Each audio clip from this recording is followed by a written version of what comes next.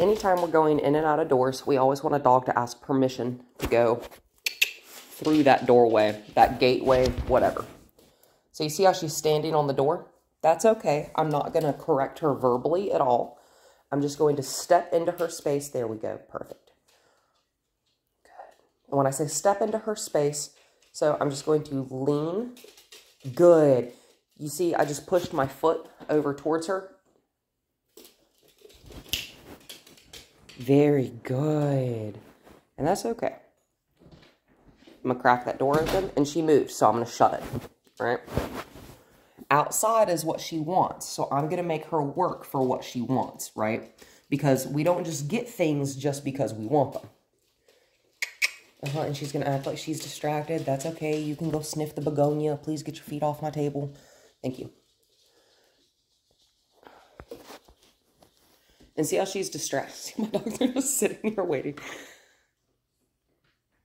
It's okay. I'm going to crack it.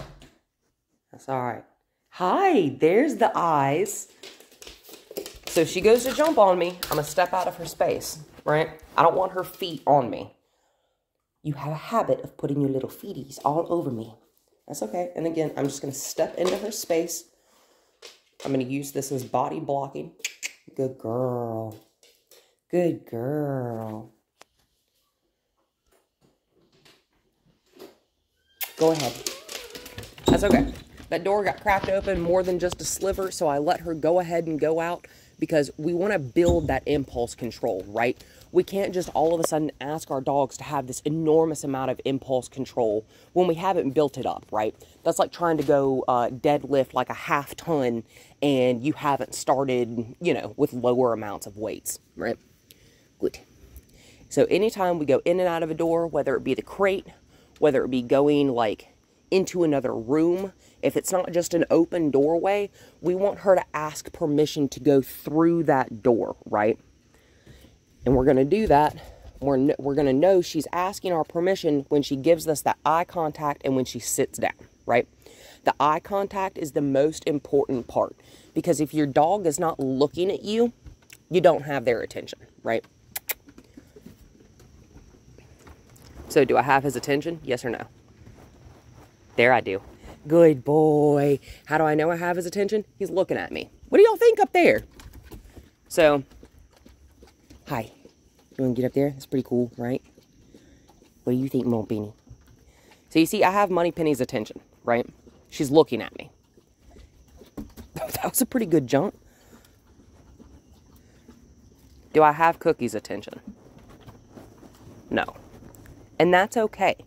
We don't always have to be asking for our dog's attention. They don't always have to give it to us. But let's pretend, Cookie. Oh, good girl. We're going to pretend, good girl. So, yeah, there we go. The idea is for her to come to me, not past me. Good girl. And I'm just going to give her some scratches because I don't have any treats on me at the present moment. Yeah, everyone's going to come sniff you. We're all going to be real invasive. Good girl.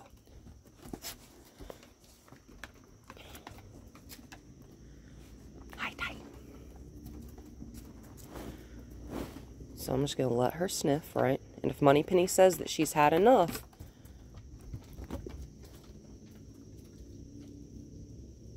let's see.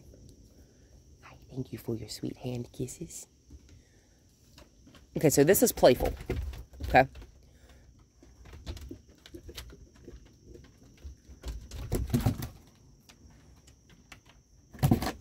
That's playful.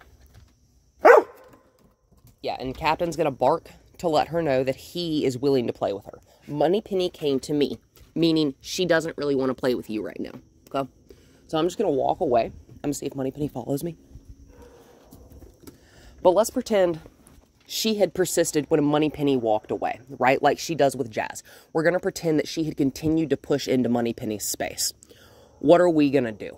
We are going to step in between those dogs. We're going to pretend like this is Cookie for a second.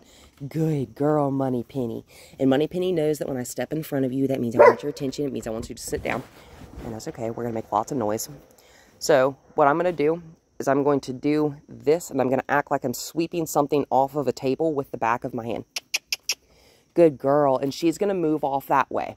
Excellent. I love that. We've worked on that. Cookie and I are still working on it. This is just a demo. So if she's pressing into Jazz's space and you step between and you push her away, right? And push doesn't mean you necessarily put your body on her. It just means, hi, that she walks away because you push your energy at the dog, right? And that may sound weird and like kind of woo-woo, but like dogs pick up on nonverbal communication better than they pick up on anything that we're going to say. Yeah, and that's all right. We're just going to walk over here. We're going to look. But if she continues to persist and get in Jazz's space, if Jazz goes into her kennel or is trying to get away from Cookie, right, we're going to put Cookie away. We're either going to put her on a leash or we are going to put her in her crate. And when she comes out of that crate, she is going to come out of that crate once she is calm and quiet and sitting still. And if she comes out of that crate and she still wants to push into Jazz's space, we're going to put her on a leash until she calms down. Yes, leash your dog in your house.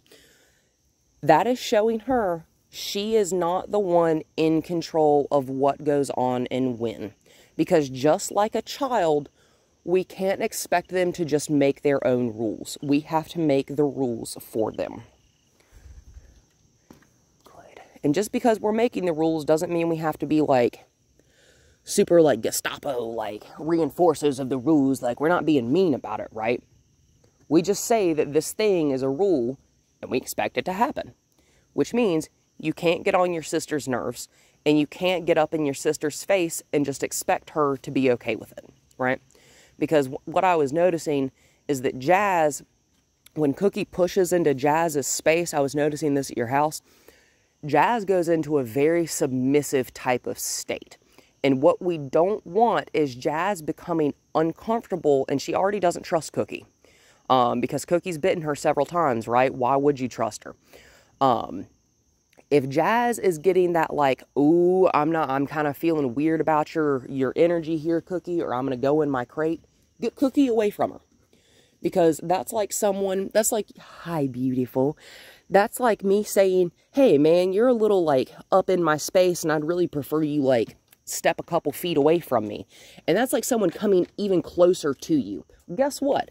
I don't really appreciate that. Dogs aren't going to appreciate that.